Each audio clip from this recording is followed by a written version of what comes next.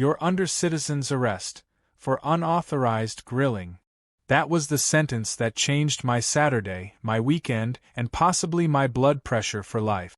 I was standing in my own backyard, flipping burgers in peace, when 3 wannabe stormtroopers in matching polos and cheap sunglasses marched up, followed closely by the one-woman HOA regime herself, Karen Bellamy.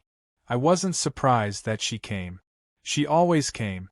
Rain or shine, if there was a moment of joy happening in the neighborhood, Karen would find a way to kill it. But what did shock me was when she pointed at me, barked a command at her security team, and watched as they actually tried to cuff me on my own lawn.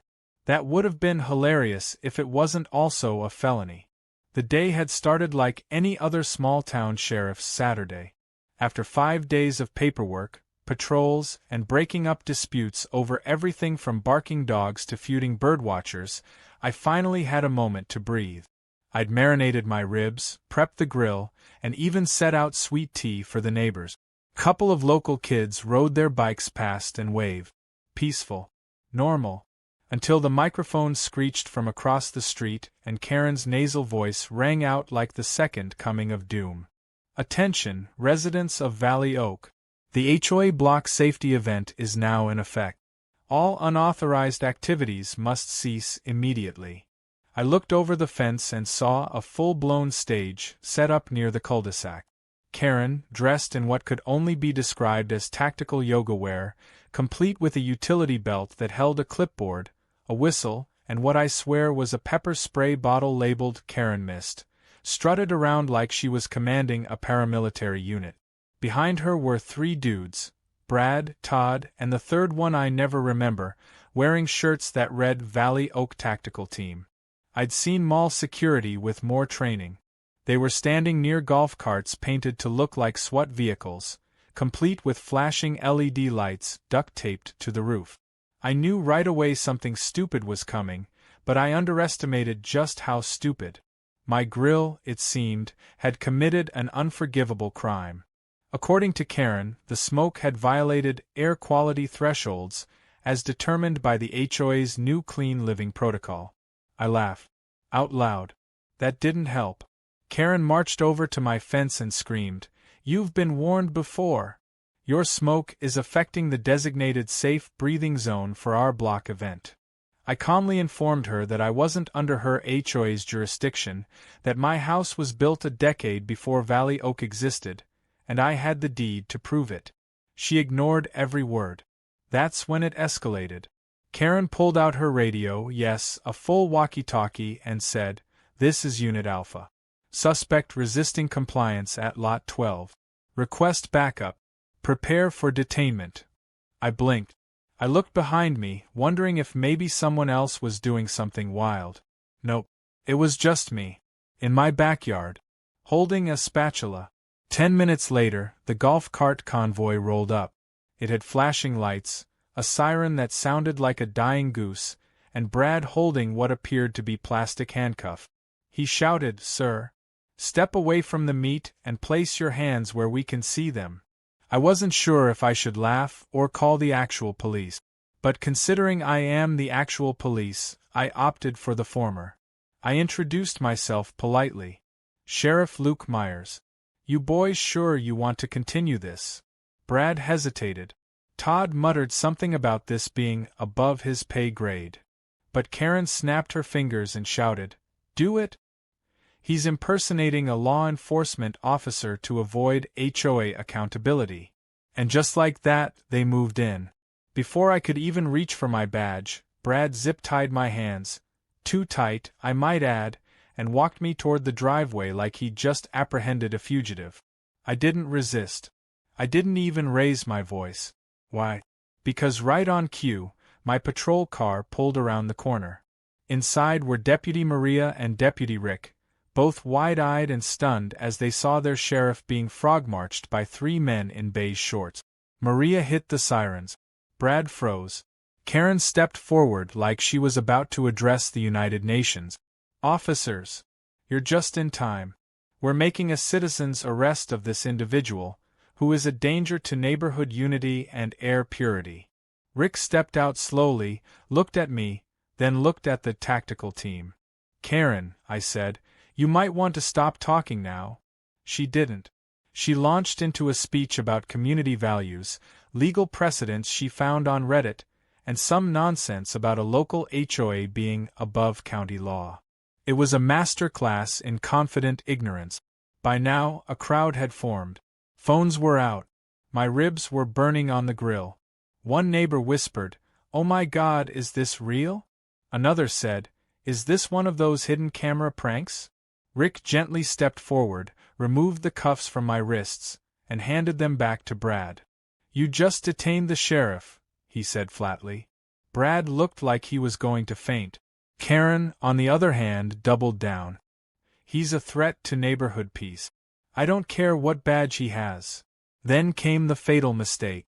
Karen reached for her clipboard, rifled through papers, and handed me a citation.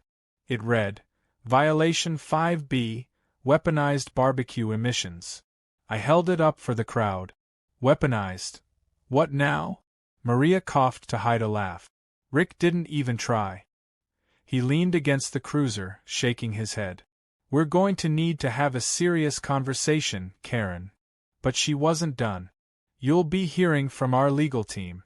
You may be sheriff now, but HOA elections are coming." She pointed a finger dramatically, as if she was on a soap opera finale. That was the moment it became clear. This wasn't just about me grilling ribs. Karen had declared war. And she was ready to bring in every fake badge, printed charter, and golf cart commando in her arsenal to take me down.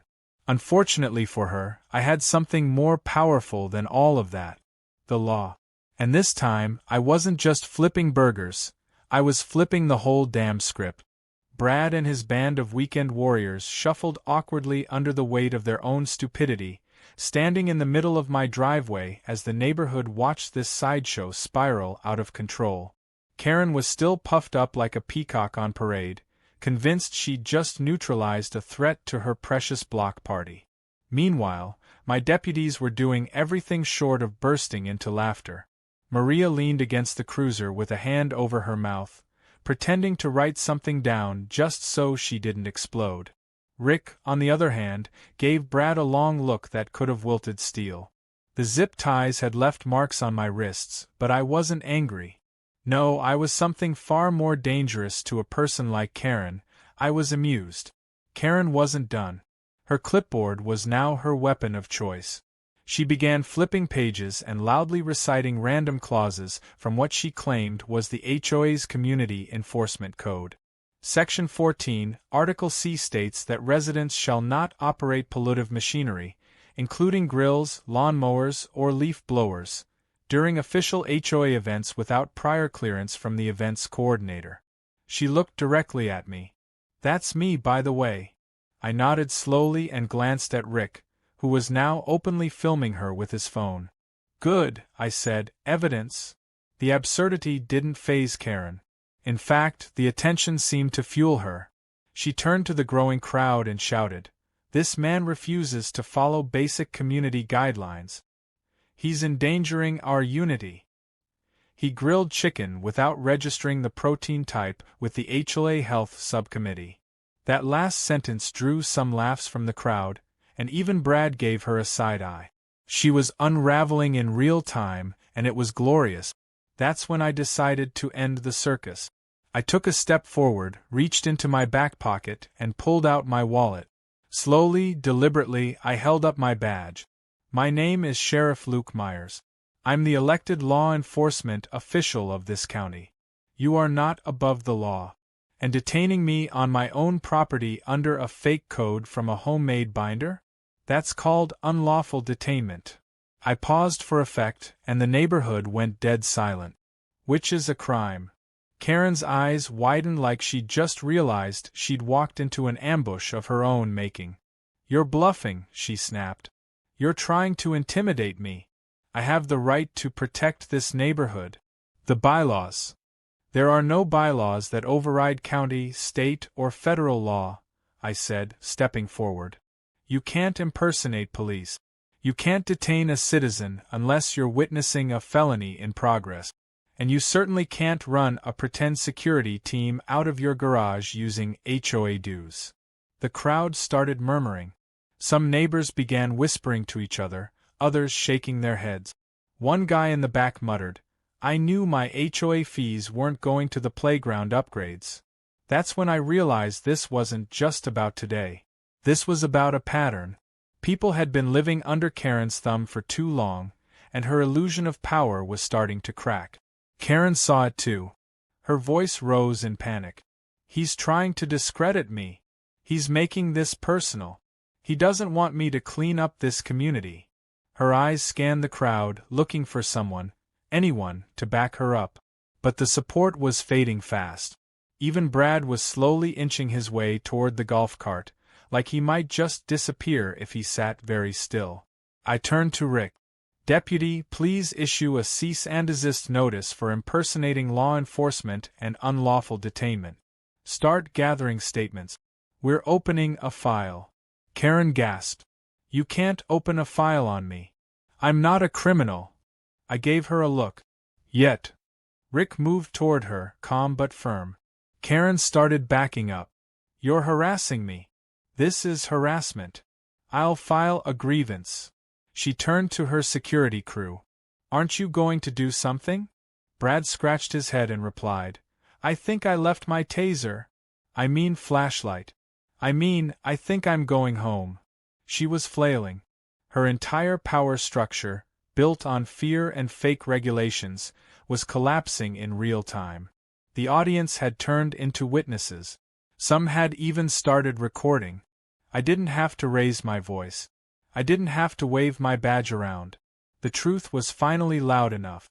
Later that day, I attended the HOA emergency meeting Karen had called to review my conduct. It was held at the clubhouse, a gaudy little building with beige walls and inspirational quotes framed in cheap plastic. Karen took her usual seat at the center, flanked by two board members who looked like they'd rather be anywhere else. She tapped the microphone and launched into another tirade about community standards, non-compliance, and dangerous grilling incidents. When she motioned for me to speak, I stood up with a single sheet of paper. "This is my property deed," I said. "It clearly shows my home was built in 1995. Your HOA was founded in 2004. Which means you have no jurisdiction over me. 0. I walked up to the table and placed the paper in front of her.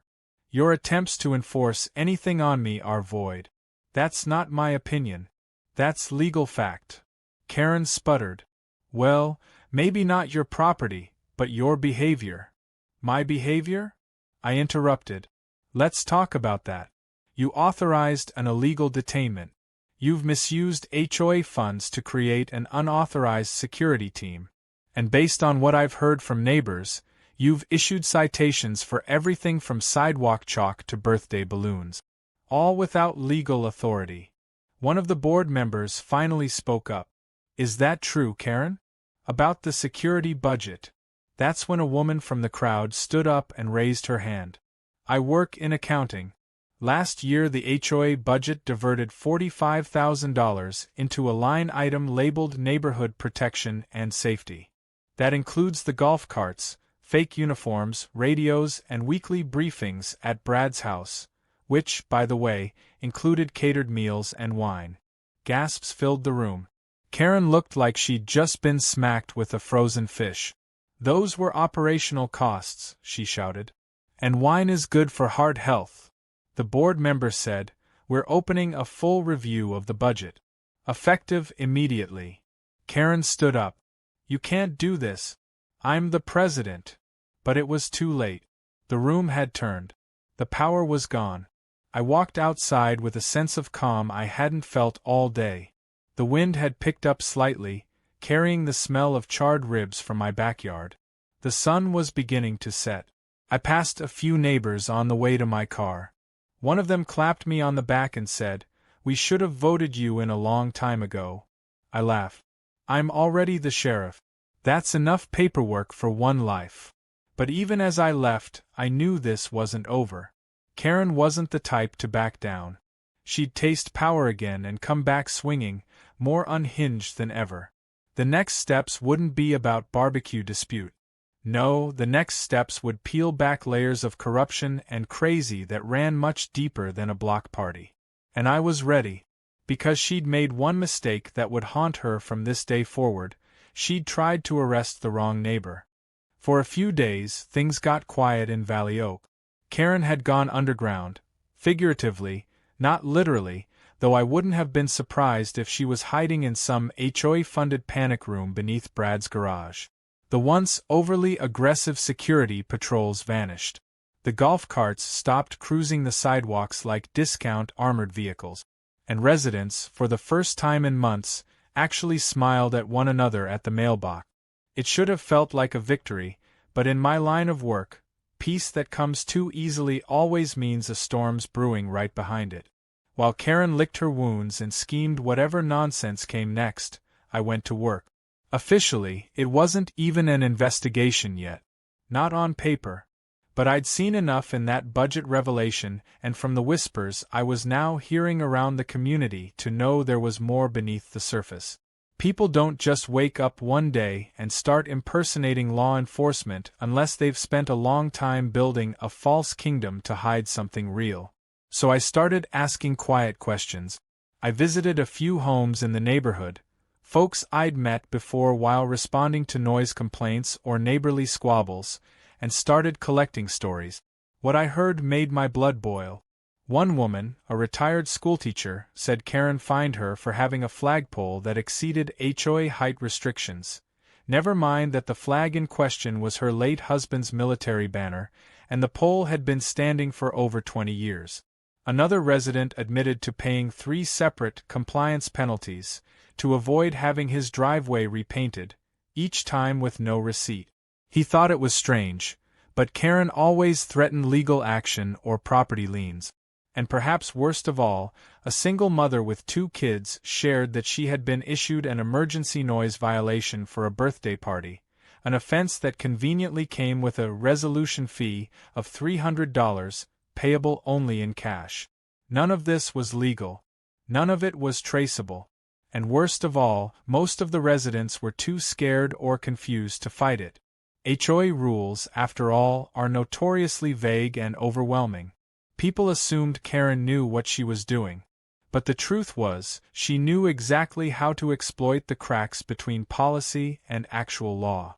And that's where I came in. A few nights later, I got a call from a young tech guy in the neighborhood, Jason. He'd been on the fence about getting involved until he noticed something odd. He had recently installed his own home surveillance system, and while testing some new software, he picked up an unfamiliar signal. A drone. It had been flying a grid pattern over several homes, including mine. Curious, I asked if he could track where it originated. Jason grinned and invited me over. What he showed me was chilling. The drone wasn't a toy. It had an onboard mic, GPS routing, and real-time streaming capabilities. Jason pulled up a folder of saved footage, and there it was. Clear video of his backyard, followed by another clip where I was on my own porch having a call with one of our DEA contacts. The audio wasn't crystal clear, but the tech was enough to send alarm bells ringing in my head. That wasn't neighborhood watch behavior. That was surveillance, possibly illegal surveillance, conducted without consent or permit. I thanked Jason and asked him to save every file, every log, and every signal ping. Then I took the evidence to county legal. It didn't take long to confirm what I suspected. If Karen or her security team had operated that drone, she'd just crossed into federal territory. Intercepting or recording communications, especially law enforcement communications, without clearance? That was a felony. And suddenly, our little community drama had turned into something far more serious. I met with Internal Affairs the next morning and handed everything over. They were interested immediately, but they needed more. Specifically, financial documentation that could tie the drone purchases and other HOA expenses directly to Karen's personal dealings. So I called in a favor from someone who had every HOA budget file. Julie, the board treasurer. She had kept her head down for years, intimidated by Karen, But when she heard about the drone, she didn't hesitate. We met at a local diner. She came with a flash drive and a look of quiet fury.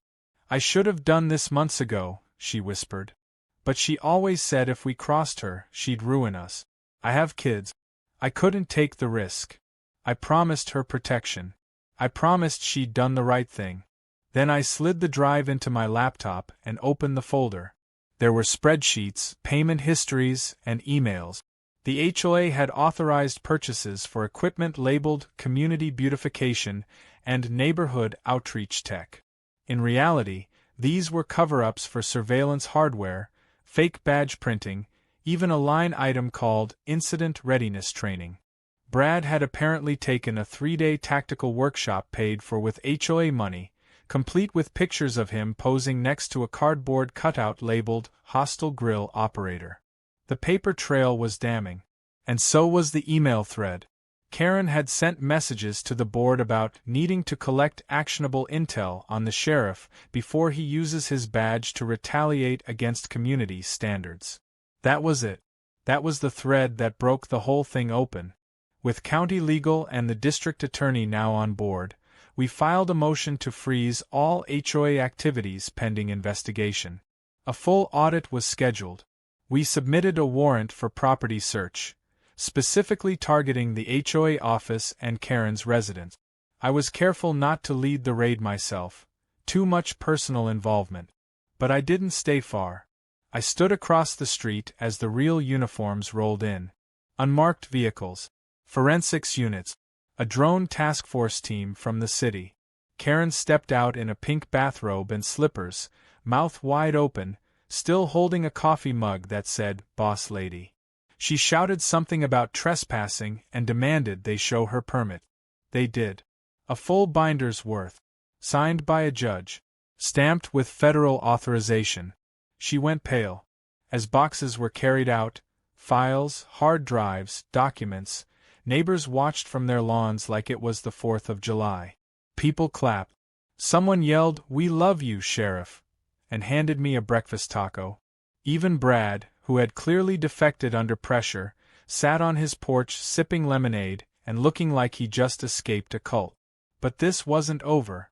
Not yet. The evidence would go to court, and Karen would get her chance to explain it all. But now the tables had turned. The sheriff she tried to embarrass was now the investigator holding every receipt, every email, every ounce of proof that her little empire was built on lies. And the best part? This wasn't about revenge. It was about justice. Because when someone tries to turn a community into their personal fiefdom, it's not enough to take away their power.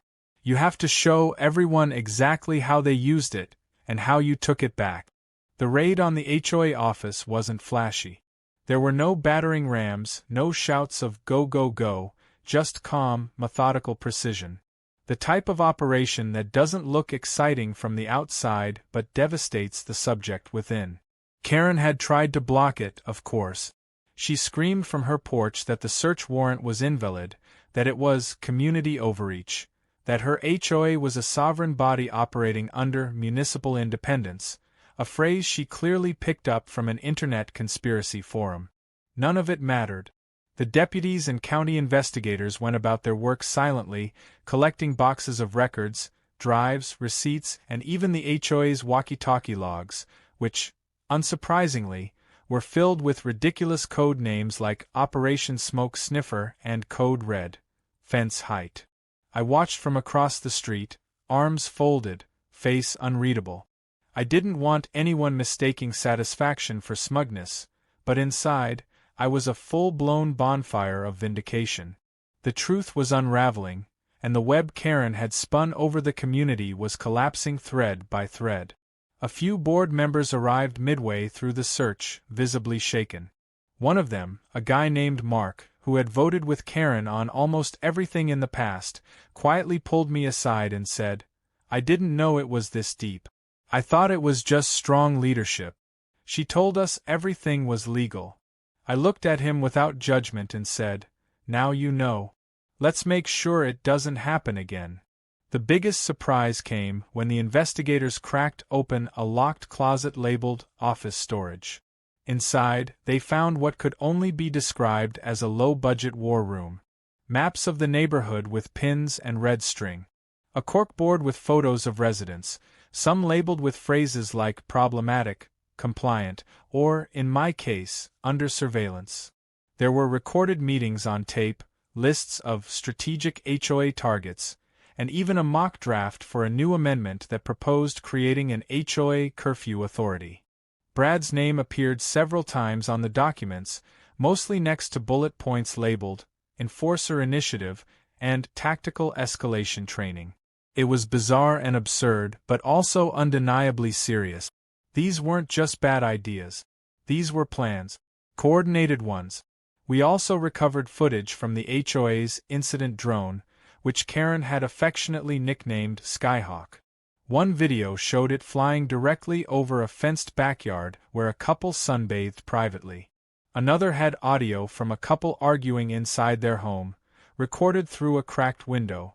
The final straw was footage of a child's birthday party, with Karen narrating in the background like she was hosting a documentary, muttering criticisms about noise, unauthorized inflatable rentals, and sugar-based beverage violations. That clip alone resulted in the immediate suspension of Karen's remaining HOA powers. She was barred from attending meetings, issuing fines, or communicating with the board until the legal review was complete. The following week, we held a community town hall, not just for residents of Valley Oak, but for the greater county. People packed the civic center, standing room only. News of the scandal had started to spread beyond our town lines, and media outlets were sniffing around for what they were already calling the HOA takeover case. I didn't relish the attention, but I knew the moment mattered. It wasn't just about Karen. It was about rebuilding trust and ensuring something like this never happened again. When I took the podium, I didn't open with a speech. I opened with an apology. I told them I was sorry I hadn't looked deeper sooner, that I'd assumed a neighborhood issue was beneath the level of law enforcement concern, and that I'd failed to see the pattern until I was forced to become a victim myself. Then I explained the investigation in clear, simple terms. The fake security team, the illegal detainment, the surveillance programs, the financial fraud, the impersonation of officers, the misuse of power. I laid it all out, not to humiliate Karen, but to hold the system accountable. Because if we only punish people, not the structures that let them thrive, we repeat the cycle. After my statement, several residents came forward to speak. An older couple talked about the time Karen fined them for hanging wind chimes that she claimed disrupted Zen acoustics. A teenage girl shared how her family was fined every time she parked her used Toyota in the driveway because it wasn't aesthetically uniform. A veteran stood up and explained how he'd been warned for having a wheelchair ramp installed without submitting a request for property alteration approval. Every story poured out like water behind a broken dam. And with each one, the crowd shifted, not just in sympathy but in awakening. When Karen tried to attend, she was stopped at the door by a pair of deputies. She wore a blazer, sunglasses, and a smile that didn't quite reach her eyes. As the deputies turned her away, she shouted to the press cameras nearby, "This is a political hit job. The sheriff wants my seat on the HOA board." The cameras zoomed in. I didn't respond. I didn't need to. The legal wheels were turning fast now. The district attorney had reviewed the files and determined there were grounds for multiple charges: wiretapping, impersonation, fraud, misuse of community funds, and harassment. The HOA board had voted to freeze all operations and requested outside mediation to oversee a complete restructuring. Karen's assets were flagged for investigation, and a temporary manager was installed to replace her. For the first time in years, Valley Oak was being led by someone who didn't believe clipboards were weapons. I watched it all unfold with cautious optimism. I knew Karen wouldn't go down quietly. People like her rarely do. But I also knew the structure around her was gone. The paper-thin authority she'd wielded like a sword had been burned up in the light of public scrutiny and legal clarity. Still, there was one more thing I had to do. I went back to the HOA office after hours. Not as sheriff, but as a neighbor.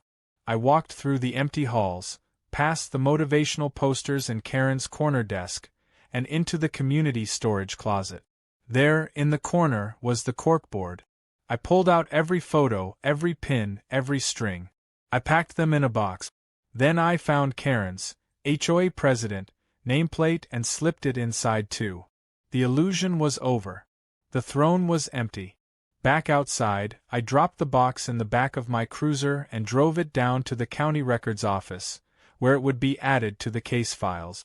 As I pulled into my driveway that night, the smell of someone grilling caught my nose. I smiled. A neighbor waved from 2 houses down, flipping burgers over a flame. No sirens. No citations. Just peace. And for the first time in a long time, Valley Oak felt like a neighborhood again. The trial was scheduled just 3 weeks after the town hall, and Karen, true to her nature, chose to represent herself. She walked into the courtroom dressed like a cross between a corporate executive and a renegade podcast host, power blazer, oversized sunglasses, and a leather-bound binder labeled Freedom vs. Tyranny, HOA edition. The judge raised an eyebrow before she even sat down. Courtroom proceedings are usually dry, procedural, filled with quiet objections and routine filings, but Karen turned hers into theater. She strutted up to the lectern, declared that she was being persecuted by an overreaching sheriff, and began reading from a printout of what appeared to be a Facebook comment thread about neighborhood governance. At one point, she even cited a TikTok creator as a legal precedent. I watched from the gallery with a mixture of awe and second-hand embarrassment. Despite her wild performance, the case itself was no joke. The evidence was overwhelming. The drone footage, financial records, witness testimonies, and the recordings recovered from her so-called command center painted a clear picture. She hadn't just overstepped. She had bulldozed every legal boundary and then tried to redraw the lines to fit her own delusions of power. The prosecution laid it out cleanly, step by step, with digital exhibits, community impact statements, and a list of fake citations she had issued that nearly outnumbered the town's parking tickets for the entire year. The courtroom went silent when the birthday party surveillance video played, and Karen, oblivious, grinned like she was proud of her work. The judge was patient, too patient perhaps. He let her ramble during her defense, even when she tried to cross-examine a neighbor with questions like, "Would you say your lawn is a beacon of community shame? And is it true that you once painted your mailbox without prior approval?" But by the third day, the patience ran out.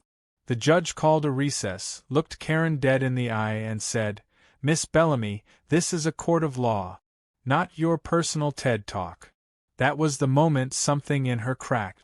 She stopped arguing and just sat there, flipping through her binder like it might contain a secret code that could undo the mess. When the verdict came down, guilty on 6 charges including impersonating law enforcement, illegal surveillance, and misuse of HOA funds, Karen didn't cry. She didn't shout. She simply stood up and muttered, "This town doesn't deserve me."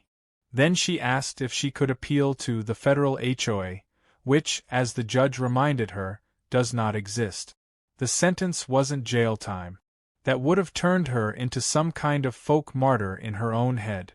Instead, she was sentenced to 800 hours of community service under direct county supervision, a lifetime ban from holding any leadership position in a registered HOA, and mandatory financial restitution to the residents of Valley Oak. Ironically, her community service began with sorting mail and washing patrol vehicles at the county sheriff's department, which meant every Monday and Wednesday morning, Karen arrived in a neon vest, signed her time card, and then walked past me while I sipped coffee in the precinct break room. The first time it happened, we locked eyes. She sneered. I raised my mug in greeting. Neither of us spoke. It was poetic justice.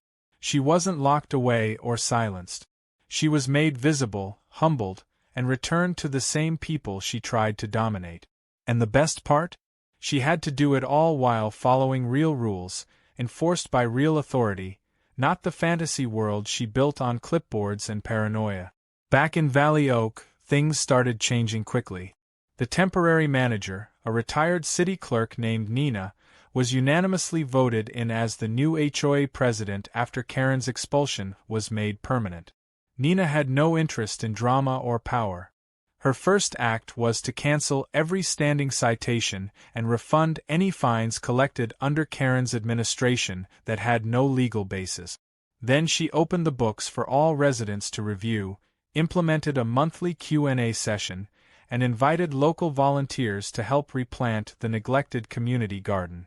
Within a month, the mood of the neighborhood had completely transformed. People who used to avoid one another were now chatting on porches, organizing actual block parties, and helping elderly residents with yard work, without being threatened with violations for using the wrong shade of mulch. As for Brad, well, he got off light. After cooperating fully with the investigation, he was given a reduced penalty and required to take a city-sponsored civics class. He now worked part-time at the community pool, where he greeted people at the entrance with a nervous smile and no longer wore a utility vest or pretended to be Delta Force. Todd and the other guy, whose name I still never learned, disappeared from the area entirely. One afternoon, as I grilled on my back patio, finally, uninterrupted by walkie-talkies or fake citations, Nina stopped by with a homemade pie. She said it was a thank you from the board for helping restore order. I told her it was a team effort, and she laughed, saying, "Well, we wouldn't have had a team if you hadn't embarrassed Karen into a courtroom." A few days later, the neighborhood hosted an official community celebration, not just for the HOA's restart, but for the return of common sense. There was music, food trucks, and even a dunk tank. And in a stroke of irony I could never have predicted, someone had placed a cardboard cutout of Karen next to the dunk tank, holding a citation that read, "Excessive fun." Kids took turns throwing bean bags at it. No one seemed upset. It was just closure in the form of laughter. Toward the end of the night, I stood near the edge of the event, sipping sweet tea and watching the sunset. That's when I spotted her. Karen. In her orange vest, a trash picker in one hand and a bin bag in the other. She walked the sidewalk silently, picking up paper cups and candy wrappers. She passed me without a word, but her eyes flicked sideways, just for a second. She was still bitter. Still convinced she'd been wrong. But she wasn't dangerous anymore. Just deflated. And that was enough. One of my deputies walked up beside me and asked, "Think she'll ever come back swinging?" I shook my head. She might try. But the difference now? This neighborhood knows the law. They know they have a voice. And they know not to give that voice away to someone with a megaphone and a fake badge. The music faded, the stars came out, and for the first time in a long while, Valley Oak felt like home again. Not just houses on a street, but people who'd come through something wild together and found their footing. And all it took was one HOA Karen trying to arrest the town sheriff to remind them who really runs a neighborhood. The people.